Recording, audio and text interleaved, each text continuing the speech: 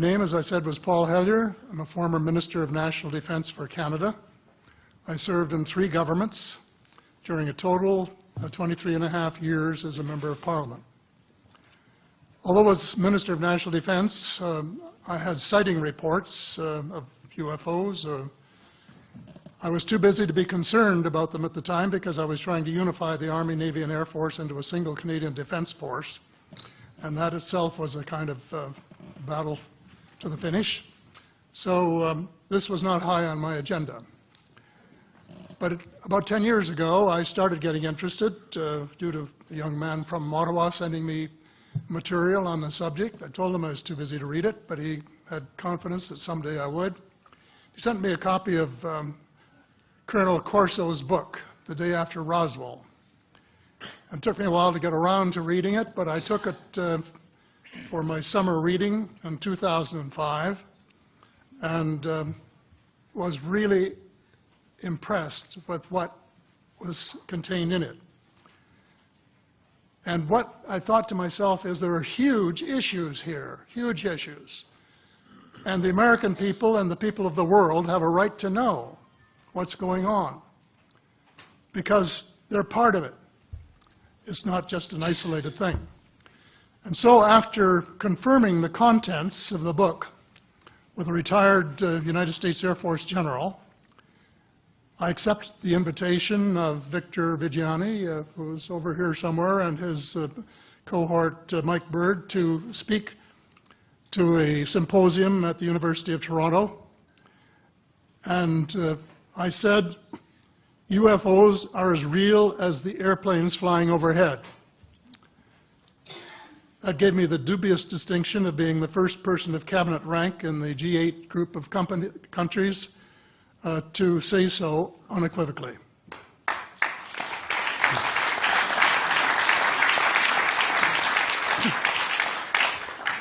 Since then, I've learned a lot from many sources, including a number of the fantastic witnesses that we have heard these last 4 days. They were so outstanding, I was just really blown away with them, the amount of information that was available. And I appreciate every single one of them. But because I'm not a ufologist, I'm a politician, there are only a few things that I want to add in that particular realm. First is that about in the 1960s sometime, there was a flotilla of UFOs headed south that crossed into NATO territory in Europe. And the Commander-in-Chief of the Supreme Allied Headquarters in Europe was naturally very shaken. Fortunately, or maybe divine providence, before the panic button was pushed, the flotilla turned around and headed back north. Obviously, they had thought maybe they were Russian, and they were very concerned about it. Anyway, an investigation was launched into this whole subject, and a document was prepared which concluded that at least 4 species had been visiting Earth for thousands of years. And this is my own view at this stage as well. So, except for that, there are just a couple of things that we've talked about that I'd like to refer to. And one was that we were referring to them as they until this morning when Linda Moulton Howe, I think she was the first one, actually named 3 different species. I have brought my latest book called Light at the End of the Tunnel, A Survival Plan for the Human Species, as an aide-memoir, and I name 5 different species here. I'm aware of more now. As a matter of fact, I saw a document just a few days ago that mentioned 20.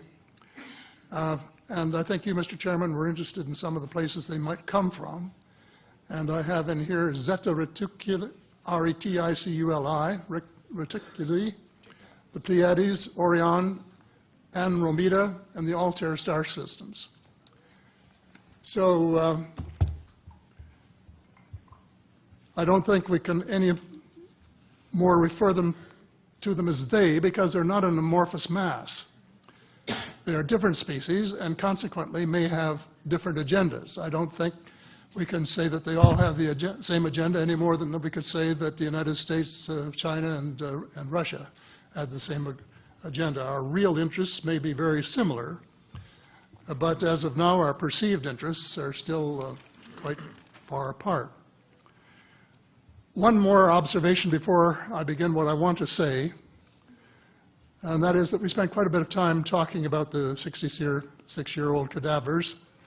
And I was glad to have Linda this morning finally say that there are live ETs on Earth at this present time, and at least 2 of them probably working with the United States government.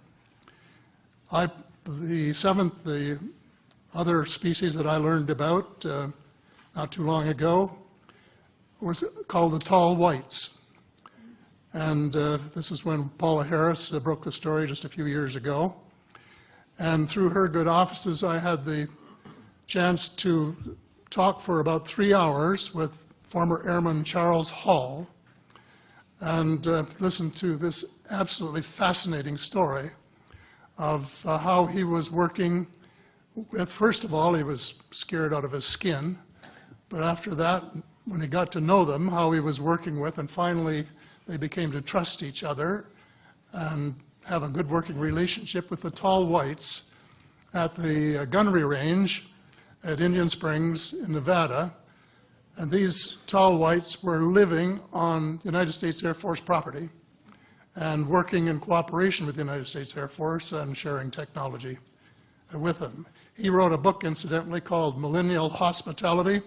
There are 4 different versions, but Paula says that Millennial Hospitality number 2 is the best. I think that's the one I read, and it's a very interesting read if you want to sort of get inside the problem of what it's like to bump into these people floating across the terrain in the desert. Well, enough on that for now. My interest is in full disclosure.